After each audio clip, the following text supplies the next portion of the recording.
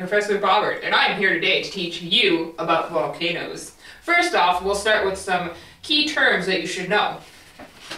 First one being volcano. A volcano is a mountain or hill created from the accumulation of erupted rock material. Volcanism refers to the extrusion of rock matter from below the Earth's surface. Terrain results from volcanism. Lava is molten rock that a volcano expels during an eruption.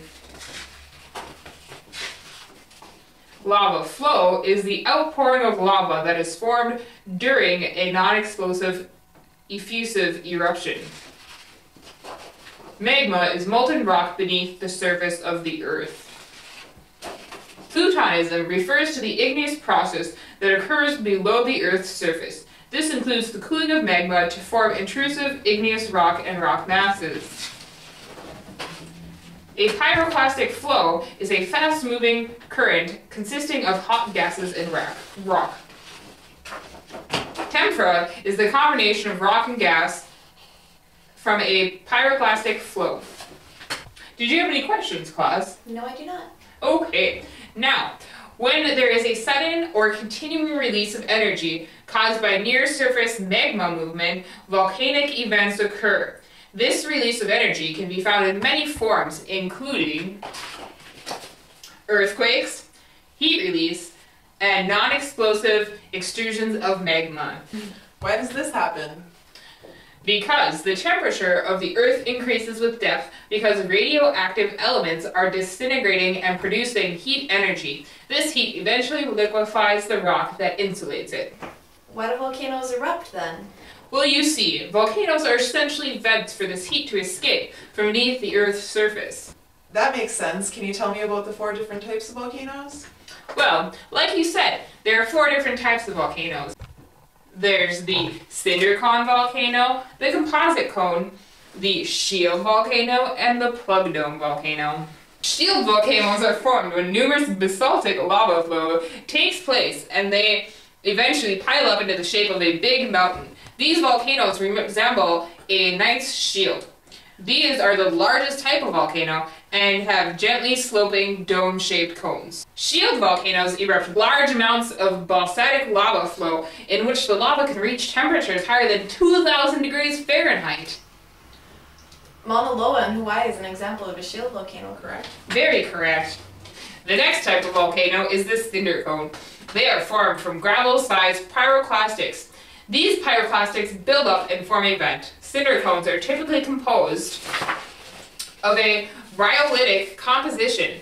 These volcanoes have steep sides with a large crater in the center. They are also the smallest type of volcano. So, Capuluen Mountain in New Mexico would be considered a cinder cone? Correct. The third type of volcano is the composite cone.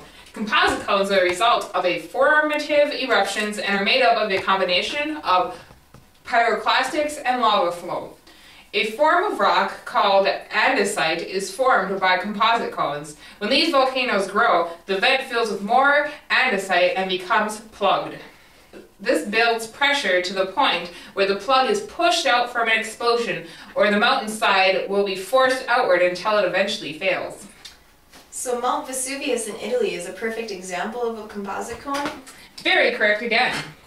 It has the classic volcanic shape with the concave slopes and are quite gentle near the base and steep at the top near the vent.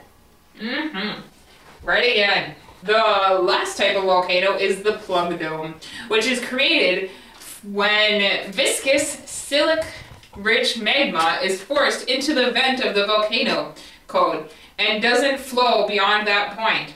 This creates a dome-shaped summit with steep sloping sides.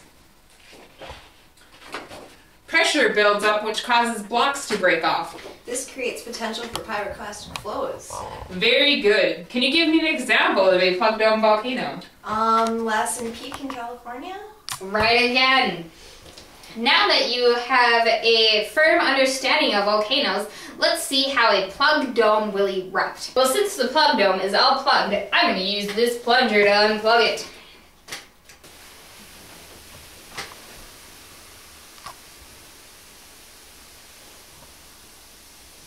Cool. I know, isn't it?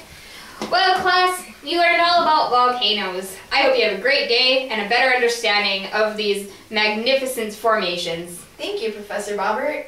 Not a problem.